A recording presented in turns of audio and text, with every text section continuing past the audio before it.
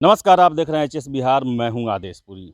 बिहार में जब से एसटीईटी की परीक्षा रद्द की गई है, तब से लगातार जो है छात्र और छात्र नेता जो हैं, इस परीक्षा को रद्द करने पर उँगली उठाना शुरू कर दिए हैं।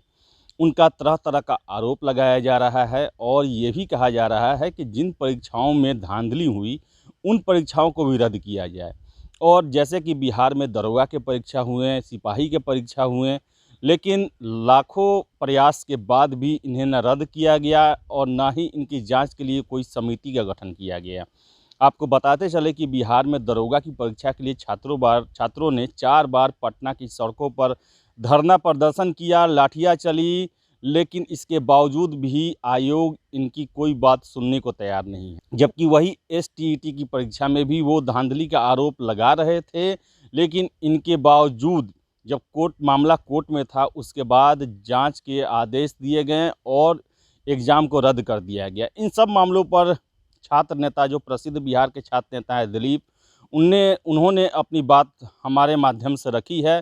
तो चलिए सुनते हैं क्या कहना है दिलीप का। दोस्तों, जैसा कि आप सभी देख रहे हैं कि बिहार के लगभग सभी प्रतियोगी परीक्षा में किसी न किसी रूप में धांधली हो रही है, चाहे पेपर लीक करके हो या फिर अंदर से सेटिंग करके हो।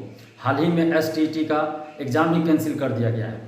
28 जनवरी को जब ये एग्ज़ाम हुआ था, तो हम लोगों ने भी फेसबुक पे इस चीज़ को डाला था कि उसका पेपर लीक था, और इस आधार पे हमने डाला था कि व्हाट्सएप ग्रुप में उसका आंसर और क्वेश्चन एग्ज़ाम से पहले ही वायरल हो रहा था। और उस समय आयोग के जो बोर्ड के अध्यक्ष हैं, उन्होंने कहा था कि किसी तरह का पेपर लीक नहीं हुआ, किसी तरह की धांधली नहीं हुई है, और कोई जांच भी नहीं बिठाया था। और कुछ लोगों ने कोर्ट में केस किया हुआ था और 22 तारीख को उस पर सुनवाई होनी थी, लेकिन 22 से पहले ही उसके जो अध्यक्ष हैं बोर्ड के, आनंद किशोर जी, उन्होंने 15-16 तक रिजल्ट देने की घोषणा भी की थी। लेकिन अचानक उन्होंने 22 तारीख से पहले ही, 22 मई से पहले ही एग्ज़ाम को ही कैंसिल कर दिया।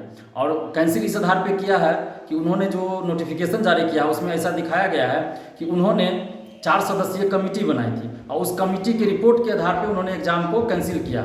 और उस कमेटी का रिपोर्ट उन्होंने जो दिखाया है कि एग्ज़ाम चूँकि जो पैटर्न पे पूछा जाना चाहिए क्वेश्चन, उस पैटर्न पे नहीं पूछा गया। सोशल साइंस का अलग अलग ग्रुप में क्वेश्चन पूछा जाना चाहिए था, जो कि एक ही ग्रुप में पूछ दिया गया, इसलिए एग्ज़ाम कैंसिल किया गया। और दूसरा उन्होंने दिया है कि पेपर लीक की संभावना से भी इनकार नहीं किया जा सकता। यानी कि उनका सीधा सीधा ये था कि जो पैटर्न गलत पूछा गया, गलत पैटर्न पे क्वेश्चन पूछा गया, उस आधार पे एग्ज़ाम कैंसिल किया गया, और 4 सदस्यीय टीम के रिपोर्ट के आधार पर। तो सवाल यहाँ उठता है कि आपने इस एग्ज़ाम को कैंसिल किया, चलिए अच्छी बात है, लेकिन ये जाँच टीम कब बनी?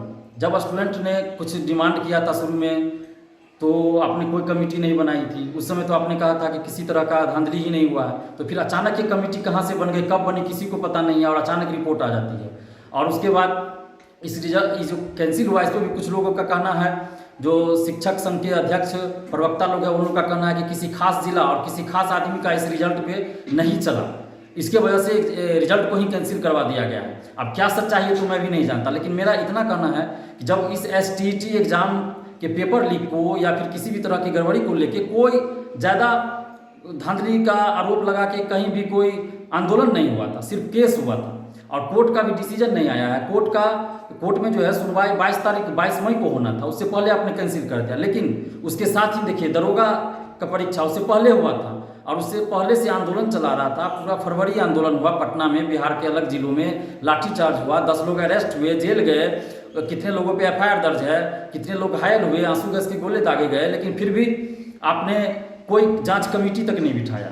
एग्जाम कैंसिल करना तो दूर, आपने कोई जांच कमेटी भी नहीं बिठाया। हम लोग तो हमेशा शुरू से ही सीबीआई जांच की मांग कर रहे हैं, और जांच की मांग इसलिए कर रहे हैं कि एक एग्जाम में अगर सीबीआई जांच होती है पेपर लीक का, तो वो शिक्षा माफिया पकड़ा जाएगा, जो कि हर एग्जाम में क्वेश्चन आउट कर रहे हैं। तो मेरा कहना यही है कि अगर एसटीईटी जब बिना किसी हंगामे के कैंसिल कर दिया गया, तो बिहार दरोगा में इतना हम लोग हंगामा कर रहे हैं, मोबाइल भी देने के लिए तैयार है कि जिसमें आया हुआ है एग्जाम से पहले, तो क्यों नहीं सरकार कोई जांच टीम बैठा रही है, क्यों नहीं जांच करवा रही है? तो हम लोग को अब इस सरकार को दिखाना पड़ेगा स्टूडेंट पावर, यूथ पावर दिखाना पड़ेगा, तभी कुछ होगा। नहीं तो ये हर एग्जाम में इसी तरह धांधली होगा। और हम बिहार के तमाम युवाओं से यही अपील करते हैं कि चाहे किसी भी एग्जाम में धांधली हो, अब हम लोग को एक साथ यूनाइट होकर लड़ाई लड़नी होगी और लोकतांत्रिक तरीके से लड़ाई लड़नी होगी। और जहाँ तक दरोगा आंदोलन का बात है, तो आगे भी हमारा आंदोलन जारी रहेगा, और अभी सोशल साइड पे हम लोग को आंदोलन करना है। और कोर्ट का जहाँ तक सवाल है, तो लॉकडाउन समाप्त होने के बाद हम लोग एक मीटिंग करेंगे और उसमें सर्वसम्मति से ये फैसला लिया जाएगा कि आगे कोर्ट जाना है या क्या करना है। तो ये थे दिलीप, जिनका कहना है कि बिहार सरकार के ने एसटीईटी की परीक्षा रद्द की है, जिसके लिए उन्होंने कुछ कारण बताए हैं और आरोप भी लगाए हैं सरकार पे।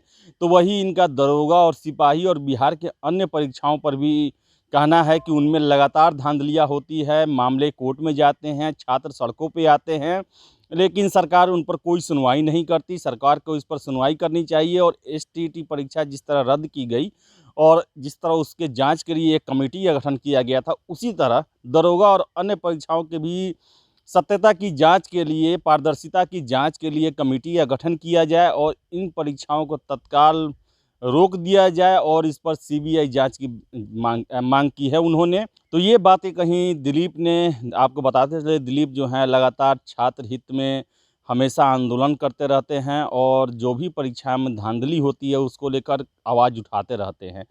तो इस वीडियो में इतना ही, और जैसे भी कोई अपडेट हमें मिलेगा हम आपके पास लेकर आते रहेंगे। अगर आपको हमारा वीडियो पसंद आए तो इसे लाइक करें, शेयर करें और हमारे चैनल एचएस बिहार को सब्सक्राइब करना ना भूलें। आपका बहुत बहुत धन्यवाद।